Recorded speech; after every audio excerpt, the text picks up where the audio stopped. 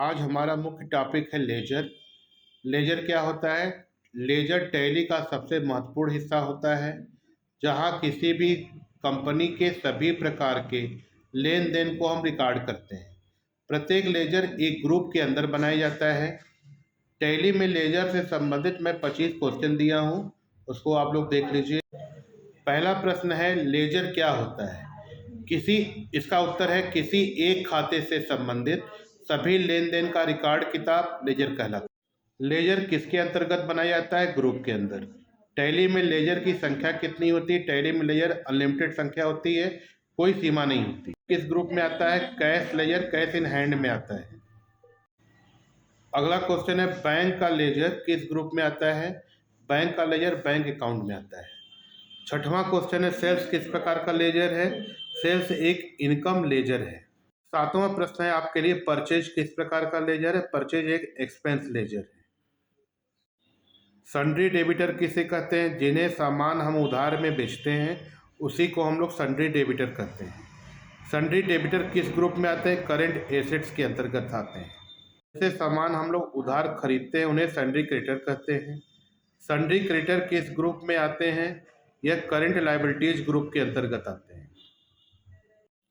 GST payable किस group में आता है? ड्यूटीज एंड टैक्स में, यह लायबिलिटीज ग्रुप के अंतर्गत।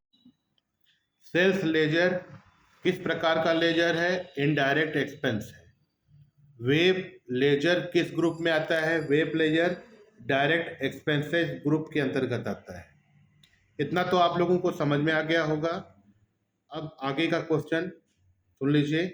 कैपिटल अकाउंट किस ग्रुप में आता है? कैपिटल अकाउंट के अंतर्गत आता है, जो कि प्राइमरी ग्रुप से संबंधित होता है। ड्राइंग लेजर क्या दर्शाता है? मालिक द्वारा निकाली गई राशि को हम ड्राइंग लेजर के नाम से दर्शाते हैं। स्टॉक इन हैंड किस ग्रुप में आता है? Stock in hand current assets के अंतर्गत आता है। इंटरेस्ट रिजर्व किस प्रकार का लेजर है? बताइए आप लोग, इंटरेस्ट रिजर्व किस प्रकार का लेजर है? इनडायरेक्ट इनकम है ये। रेंट पेड किस प्रकार का लेजर है? अगर हम रेंट को पेड करते हैं तो किस प्रकार का लेजर है? इनडायरेक्ट एक्सपेंस का लेजर। कमीशन रिजर्व किस ग्रुप का लेजर है? इनडायरेक्ट इनकम है। फ्राइटेड चार्जेस इलेक्ट्रिसिटी बिल किस प्रकार का लेजर है? इनडायरेक्ट एक्सपेंस है। लोन फ्रॉम बैंक किस ग्रुप में आता है? यह लायबिलिटीज के अंतर्गत आता है, जिसको लोन हम बोलते हैं। सस्पेंस अकाउंट क्यों उपयोग होता है? अधूरी जानकारी वाली एंट्री को रखने के लिए। मान लीजिए कोई एंट्री है, हम भूल गए हों, हम उसको सस्पेंस अकाउंट में रख सकते हैं। लेजर बनाने का शॉर्टकट क्या होता है? Alt C। ये रहे हमारे 25 लेजर से संबंधित प्रश्न। आप सभी को अच्छा लगा होगा।